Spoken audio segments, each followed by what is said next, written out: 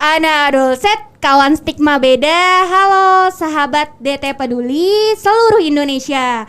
Kembali lagi bersama kami di Mahardika Podcast edisi kali ini bersama DT Peduli dengan tema Zakat Bentuk Cinta untuk Negeri bersama DT Peduli. Nah, kita kali ini sudah kedatangan dua dari DT Peduli, ada Mas Endar dan Mas Hanan. Halo Mas Hanan, halo Mas Endar. Halo. Iya, silakan Mas, biar lebih afdol kita kenalan dulu nih kepada kawan stigma dan kepada sahabat DT Peduli seluruh Indonesia. Silakan disapa dulu Mas. Baik, siap. Sebentar sebelum pakai salam nggak? Salam biasa kan? Iya, salam biasa, silakan. Baik, assalamualaikum warahmatullahi wabarakatuh. Waalaikumsalam Izin saya warahmatullahi memperkenalkan, saya Endar dari DT Peduli dan ditemani di samping saya Mas Hanan. Udah gitu aja. Oh, Mas Hananya ya. Oke, lanjut ya. Ya, nah itu dia tadi udah berkenalan langsung ya dengan Mas Endar dan Mas Hanan. Nah, sebelumnya karena memang mungkin saya pribadi dan teman-teman stigma di sini juga lebih mengetahuinya DT Pedulinya aja gitu. Kita nggak tahu itu DT Peduli apa dan bagaimananya itu kita tidak terlalu mengetahuinya. Nah, mungkin Mas Hanan dan Mas Endar ini bisa menjelaskan nih apa sih DT Peduli itu? Ya baik, saya pakai dulu bentar. Mbak Nisa ya? Iya, atau betul. Teh Nisa apa Mbak Nisa? Lebih enaknya aja apa? Saya istri saya Nisa namanya. Bahaya, Bu. Baik Mbak Nisa, DT Peduli ya. Jadi buat sahabat peduli, buat sahabat. Iya, sahabat peduli. Ya, kawan stigma dan Iya. sahabat peduli semuanya, bahwa DT Peduli itu memang kepanjangan dari Darut Tauhid Peduli. Nah, yang mana kami ini bergerak di Lembaga Amil Zakat Nasional. Kita cabang dari Bandung. Nah, alhamdulillah secara nasional itu kita ada 28 cabang. Salah satunya adalah DT Peduli Cirebon, Mbak Nisa, begitu. Oke. Nah, untuk kantornya atau tempatnya itu di mana tuh Mas? Biar barangkali ada teman-teman dari sini mau mengunjungi tempatnya gitu, apa boleh? Boleh banget, sangat terbuka gitu buat kawan-kawan semuanya ya. Iya. DT Peduli Cirebon itu kita alamatnya di Jalan Perjuangan di Ruko Pelangi. Jalan Perjuangan tahu Mbak Nisa? Tahu Mas, deket banget dong tetangga stigma ya? Iya, deket banget. Nah, itu lebih jalan di samping SMK Gracika, gitu ada Ruko Pelangi nomor 99C. Nah, di sana kemudian ada pelang juga DT Peduli Cirebon. Seperti itu. Oke, nah itu udah tahu nih dari kawan stigma yang barangkali mau ada keperluan kepada DT Peduli. Tadi juga sudah disebutkan oleh Mas Endar alamat lengkapnya. Nah, kita masuk ke kondisi saat ini, kondisi masyarakat saat ini kan mungkin Mas Endar dan Mas Hanan juga sudah sangat memperhatikan ya, dan mungkin memang concernnya Mas Endar dan Mas Hanan juga gitu untuk memperhatikan masyarakat di kala pandemi seperti ini. Nah, untuk respon DT Peduli sendiri gitu terhadap kondisi saat ini itu seperti apa sih Mas gitu? Apa aja yang dilakukan DT Peduli gitu? Karena kita bergerak di bidang sosial dan pemberdayaan, memang ada yang unik jika teman-teman tahu. Untuk DT Peduli sendiri bergerak di bidang sosial dan pemberdayaan. Jadi ada yang unik untuk teman-teman kami, dan kita menyebutnya diri kita itu adalah santri karya. Oh, Karena santri. kita juga belajar, Iya, kita betul. juga berkarya dan berkhidmat Seperti untuk itu. wilayah kerja kami. Wilayah kerja kita itu wilayah 3 Cirebon. Wilayah 3 Iya. Luas ya Mas ya? Iya, luas. Bahkan Brebes juga kita Brebes sering masuk kesana. ke kita sudah ada program yang memang sampai penyampai Brebes. Sudah sampai Brebes juga, luas, cukup luas ya. Karena kondisi yang sekarang pandemi ini ada yang unik.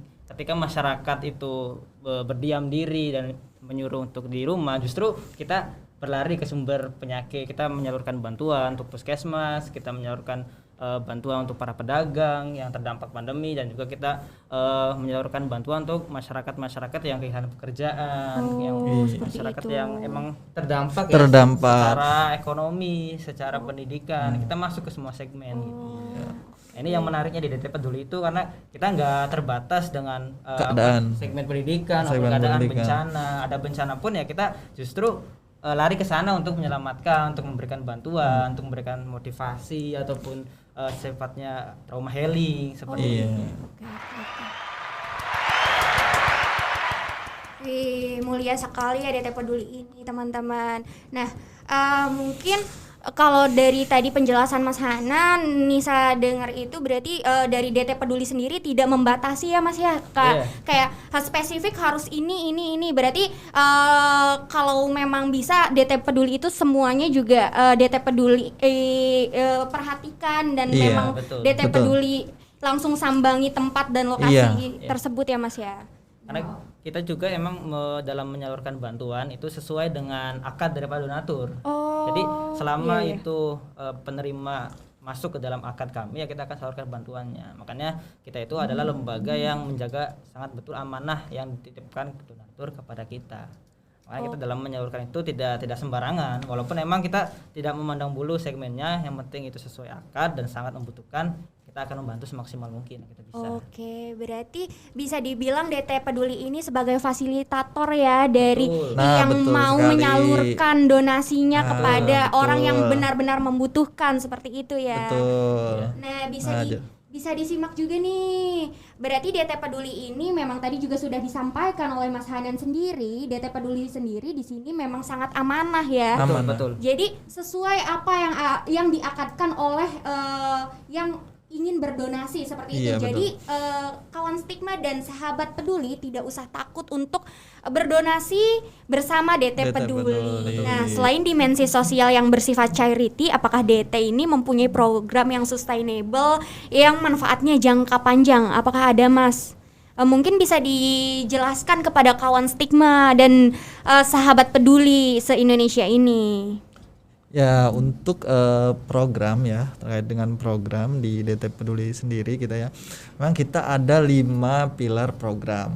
Yang pertama adalah pilar dakwah. Nah, kemudian kedua ada pendidikan, kemudian ada sosial kemanusiaan, nah kemudian ada kesehatan, dan ada juga pilar ekonomi.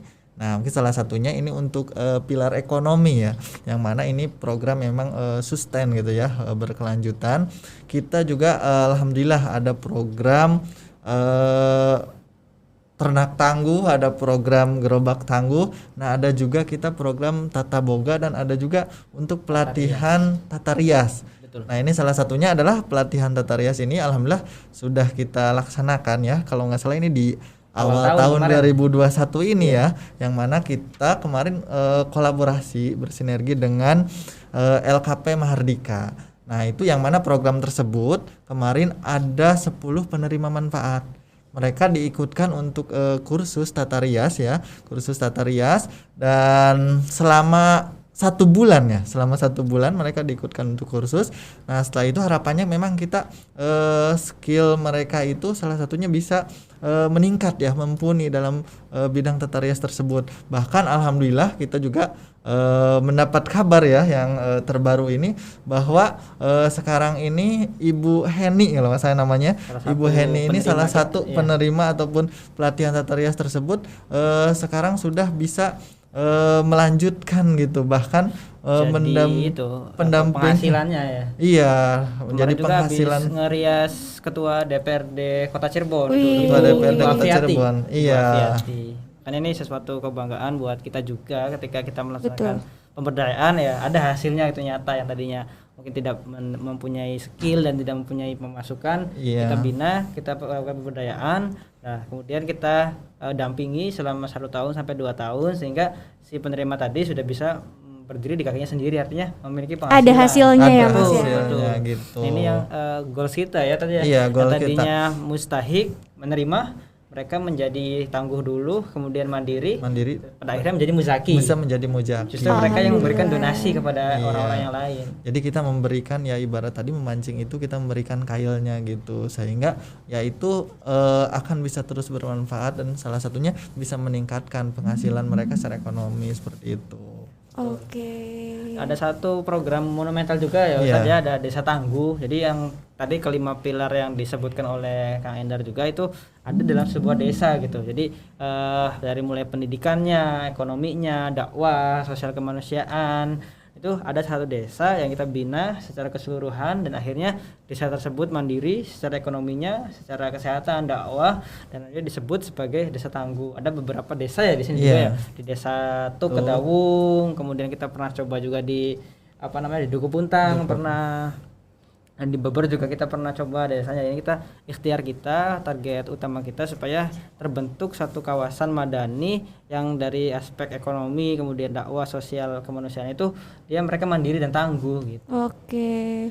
Berarti banyak juga ya yang sudah menjadi desa tangguh dari DT Peduli ini ya Mas ya. Masih proses. Mudah-mudahan, karena ini targetnya sekitar 5 tahun, karena ini program jangka panjang. Proyeksinya jangka panjang ya Mas ya. Jadi dikatakan desa tangguh itu memang ada beberapa tadi dari indikatornya indikatornya. Jadi minimalnya kita ada tiga indikator. Salah satunya misalkan berjalan desa tersebut pendidikan, kemudian ekonomi, sama dakwah. Misalkan udah 3 ada ya sebagai pengawal awal ya, dengan 3 indikator ini bisa dikatakan desa tangguh, dan itu ya kita akan terus secara pendampingannya seperti itu. Oke. Berarti ini udah di tahun keberapa nih Mas? Tadi kan 5 tahun nih. Nah, untuk sekarang ini udah masuk ke tahun berapa untuk pendampingan desa tersebut? Kalau yang di Desa Tuk yang di Kedawung itu berarti sudah masuk tahun ke-3 ya. Tahun kedua. Dari akhir 2019 awal 2020. Nah, sekarang kita masih juga 2021. Ada juga 7 orang di sana penerima gerobak tangguh kita. Nah, itu ya mereka yang awalnya masih jualan biasa, modal belum banyak, mungkin kita kasih bantuan gerobak, akhirnya secara ekonomi mereka meningkat. Naik ya, meningkat. Ini yang disebut dengan tangguh dulu, kemudian mandiri, dan akhirnya mereka bersedekah rutin ke kita. Dari situ. Agar bisa mensejahterakan masyarakat juga ya Mas ya. Betul. Jadi sesama gitu. Nah, tadi menarik banget gitu. Nah, mungkin anak-anak muda di sini juga mau tahu nih gitu. Gimana sih untuk zakat di DT Peduli ini? Apakah untuk mahasiswa juga ada kemudahan untuk zakat di masa sekarang ini? Ya, jadi ada ya, sangat mudah sekali sebenarnya untuk ya sekarang itu kemudahan dalam berdonasi. Memang kita ada jiswab ya, zakat, infak, dan sedekah gitu, bahkan ada wakaf juga. Nah, ini untuk kemudahan berdonasinya kita memang tidak perlu memang donasi yang besar gitu ya. Nah, kita berapapun insya Allah kita terima dan kita salurkan. Nah, salah satunya untuk kawan-kawan mungkin Stikes Mardika ini ya, stigma ini, kita ada kemudahan berdonasi dengan menggunakan kris. Nah, kris ini bisa menggunakan e-wallet. Jadi nanti tinggal scan saja gitu ya untuk donasinya, dan itu nanti akan tertera langsung di situ, misalkan wakaf ataupun misalkan sedekah kepada DT Peduli. Nah, nanti di situ ada keterangannya juga. Seperti itu. Jadi tinggal scan, sudah masuk insya Allah ke rekening DT Peduli. Mudah banget ya Mas? Iya, mudah banget. Mengikuti perkembangan zaman ya DT Peduli ini. Apalagi nanti di setiap program itu kita memiliki QRIS-nya masing-masing gitu. Jadi misalkan program tadi gerobak atau borong dagangan, misalnya kita ada QRIS-nya. Program untuk kesehatan. Jadi ada khusus sendiri-sendiri ya. Sedekahnya ada, wakafnya. Jadi untuk kawan-kawan yang ingin bersedekah mungkin atau berwakaf atau infak, hasil infak ataupun zakat, itu ada QRIS-nya masing-masing. Ini sangat memudahkan dan juga sedikit mengedukasi juga, karena setiap donasi itu beda-beda akadnya seperti itu. Oke, baik. Nah, bisa disimak ya teman-teman dan sahabat Peduli di sini. Jadi kita nggak perlu repot-repot nih kalau mau zakat ataupun mau berdonasi ya Mas ya. Nah, sudah sangat mudah gitu di sini. Kita lanjut ya, mengapa sih masyarakat ini baik kalangan agniya dan fukaro memerlukan lembaga seperti DT Peduli ini? Mungkin bisa dijelaskan nih kepada kawan stigma dan sahabat Peduli di seluruh Indonesia. Ya. Jadi kita itu dari DT Peduli ini tadi sebagai fasilitator ya, satu fasilitator untuk menjaki yang mana para agnia ini mungkin yang memiliki dana lebih, atau misalkan kalau kita berbicara zakat itu kan sudah sampai pada nisabnya. Nah, jadi kita menjadi kemudahan nih untuk menyalurkan kebaikan dari kawan-kawan semua, kemudian dari para agnia, sehingga kita juga langsung bisa menyalurkan kepada para penerima manfaat atau mungkin katakanlah di sini mustahik ya, seperti itu. Nah, ini juga salah satunya Mas Hanan ini yang sering jadi bergerak terus memang ke lapangan. Jadi di kita itu ada yang memang fokus dalam penghimpunan, ada juga yang memang fokus dalam pendistribusian. Ya, ini Mas Hanan salah satunya yang fokus, beliau ini di dalam pendistribusiannya seperti itu. Oke, berarti Mas Hanan ini paling tahu ya gimana kondisi lapangan saat ini gitu. Nah, betul sekali. Bisa dibilang seperti itu. Bagaimana sih Mas kondisi lapangan saat ini, Mas? Mungkin bisa diceritakan nih kepada kawan stigma dan kepada sahabat peduli di seluruh Indonesia. Ya, tadi untuk menjawab pertanyaan yang tadi dulu, kenapa sih kita harus pakai lembaga gitu dalam Iya, menyamakan betul. kebaikan? Kadang stigma orang-orang itu ketika kita berdonasi saja gitu, tanpa perlu ke lembaga, tanpa perlu nanti disebutnya riya kah apakah. Tapi lebih jauh dari itu, sebenarnya banyak sekali manfaat yang bisa dirasakan oleh masyarakat umum ketika ada lembaga-lembaga seperti kita gitu. Bahasanya adalah kalau kebaikan itu tidak terorganisir, maka kalah dengan kejahatan yang terorganisir. Nah, makanya kita ini mengorganisir kebaikan-kebaikan daripada masyarakat yang ingin berdonasi dan menyalurkannya lagi ke dalam bentuk yang lebih luas. Contohnya aja misalkan satu orang berdonasi 1.000, hanya diberikan kepada satu orang, maka yang didapat ada 1.000. Tapi kalau kita mengumpulkan dari beberapa orang dalam satu lembaga, maka kita bisa mengeluarkan ke dalam program yang lebih monumental gitu. Lebih banyak manfaatnya, kemudian lebih secara kebermanfaatan pun lebih terasa gitu, dan mereka juga tidak merasa tersinggung. Karena apa? Karena kita adalah lembaga resmi dari pemerintah gitu, dan tidak semua lembaga itu boleh menghimpun zakat, infak, sedekah dan wakaf ya. Iya, betul sekali Mas Hanan. Apalagi kan ketika kondisi masyarakat pandemi seperti ini dan orang-orang bingung karena semua orang mungkin mengeklaim dirinya terdampak gitu. Iya, Tapi betul. dengan adanya lembaga seperti kita bisa memfilterisasi. Dalam artian kita melakukan asesmen, kemudian milih mana sih sebenarnya yang harus kita bantu dan Yang harus seperti diprioritaskan Iya, ya, Mas. iya, seperti itu, dan bagaimana caranya dan kapan waktu yang tepat untuk kita bisa memberikan bantuan. Nah, itu perlu adanya perencanaan yang matang. Kalau orang individu ya akan kesusahan betul. karena mereka akan membagikan secara secara spontanitas gitu. Kalau kita menggunakan rencana-rencana seperti itu. Jadi ada tahapannya Iya, sendiri betul. dari kita untuk pendistribusian. Bahkan mungkin persyaratan-persyaratan itu ya harus terjun langsung kita. Jadi door to door, tidak hanya sebatas informasi bahwa orang ini terdampak loh, tapi tim kita langsung survei dan assessment secara kelayakan bahwa orang ini benar-benar memang berhak untuk dibantu seperti itu. Oke, berarti memang DT Peduli ini sangat amanah ya. Iya. Nah, terus juga DT Peduli ini juga tadi tidak hanya melihat dari informasi saja, tetapi langsung terjun ke lapangan untuk melihat masuk nggak sih kepada indikatornya gitu, Iya, untuk betul. untuk menerima dari DT Peduli ini seperti itu ya. Jadi tidak akan salah pilih orang lah kalau Ya, dari DT betul. Peduli ini. Insya Allah, Oke, betul. Insya Allah. Ya. Karena Iya Mas, Ya, Endar barangkali karena- mau dilanjutkan apa yang mau disampaikan, silakan gak apa-apa. Iya, karena memang sejatinya gini, memang beratnya kita itu salah satunya adalah amanah. Tadi ya, dari amanah para donatur ya, walau sekecil apapun, walaupun 100 perak mungkin ya, ini akan dipertanggungjawabkan. Mungkin kita tidak hanya di dunia saja, tapi memang dipertanggungjawabkan di secara akhirat juga. Makanya ini kita harus benar-benar menjaga amanah dengan ya insya Allah dengan tekad yang semakin melayani dan peduli. Ih, keren banget ya kawan stigma dan sahabat DT Peduli. Nah, tadi dari pesan dari Mas Hanan dan Mas Endar ini bisa menjadi reminder untuk kita semua bahwa zakat yang diberikan oleh teman-teman itu sebuah amanah untuk DT Peduli dan pasti akan tersampaikan insya Allah. Nah, selanjutnya apa sih yang menjadi fokus program DT Peduli saat ini seperti itu, di masa pandemi seperti ini, apa yang menjadi fokusnya seperti itu? Ya tetap karena fokus kita masih pandemi dan angka pandemi juga Masih naik masih ya. kadang turun. naik kadang turun Kadang gitu kan. Kita turun. di PHP dengan PPKM yang terus diperpanjang. Nah, kita fokus ke segmen-segmen masyarakat yang terkena dampak itu.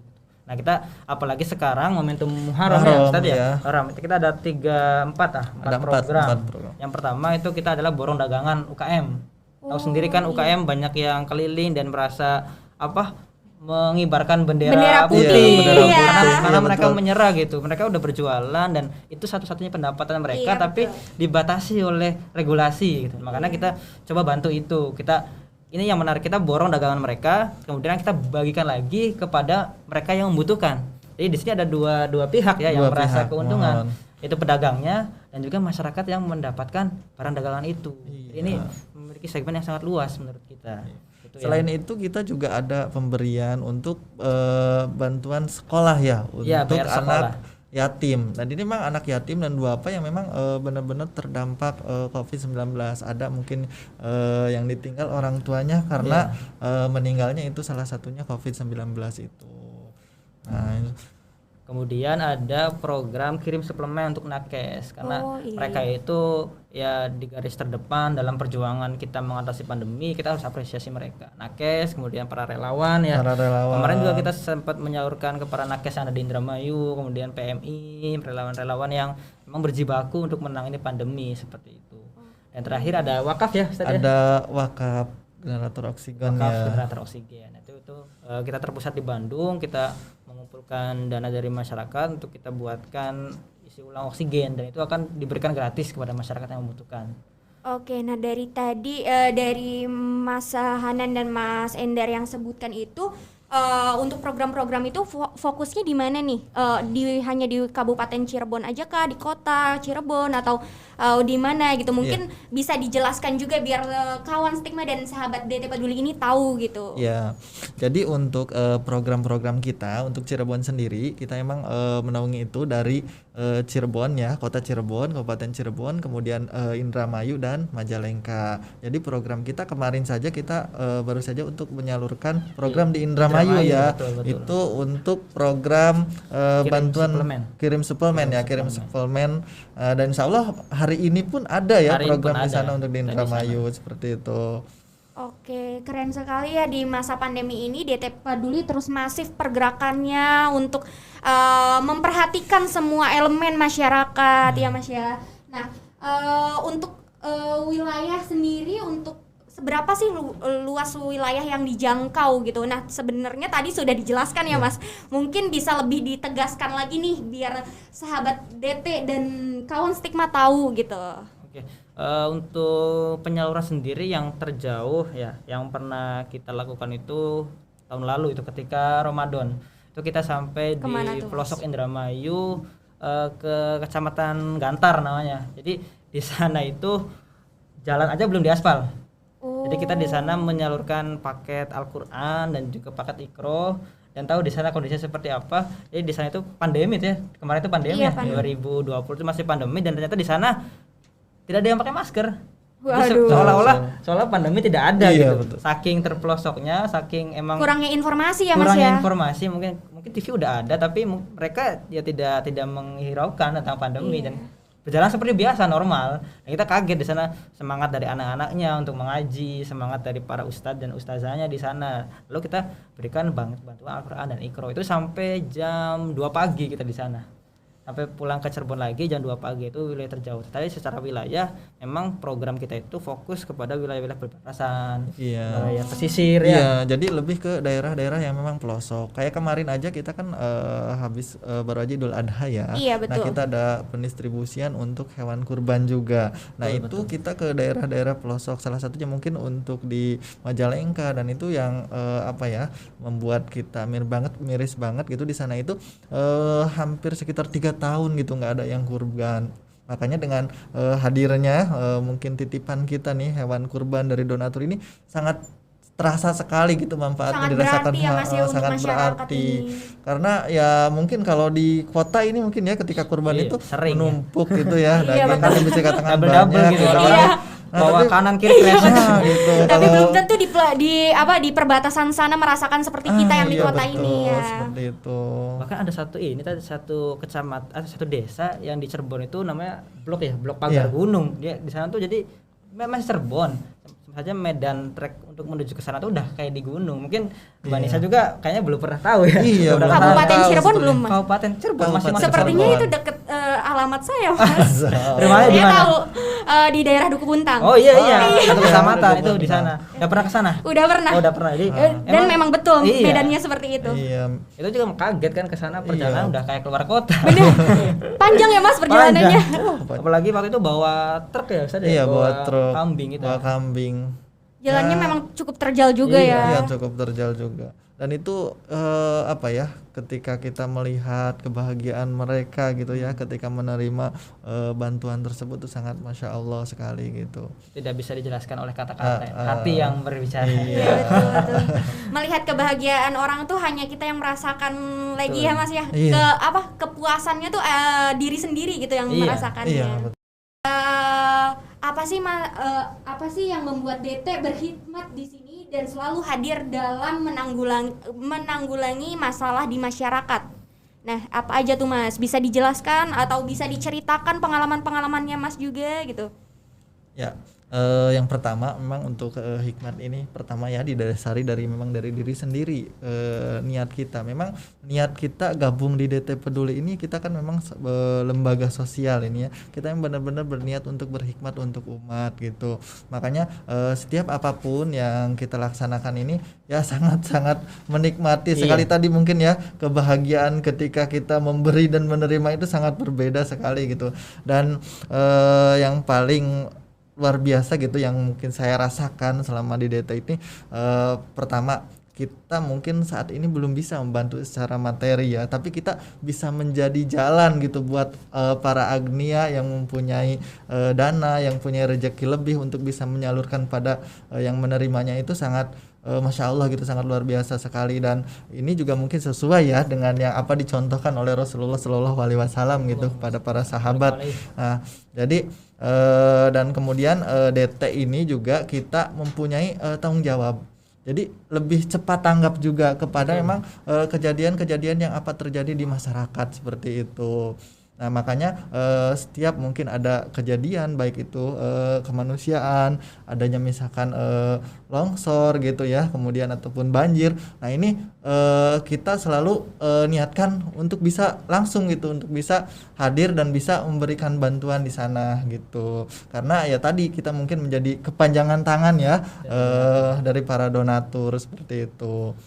Dan kalau orang berbuat baik tuh wajib nggak sih Mbak? Iya. Nah, dan kita berbuat baik itu pekerjaan kita gitu. Iya, betul. Itu amanah kita dan kita melaksanakan dengan senang. Jadi makanya kita melakukan sesuatu yang mungkin diwajibkan oleh Rasulullah, oleh Allah gitu. Karena ya pekerjaan ini tuh salah satu pekerjaan yang disebutkan dalam Al-Qur'an. Itu kita sangat bangga dan sangat senang untuk selalu berkhidmat di sini dan hadir di masyarakat. Karena para sahabat dulu juga yang melakukan pekerjaan ini gitu. Bahkan langsung disuruh oleh Rasulullah. Nah, kita melanjutkan perjuangan beliau-beliau yang terdahulu untuk selalu membantu masyarakat.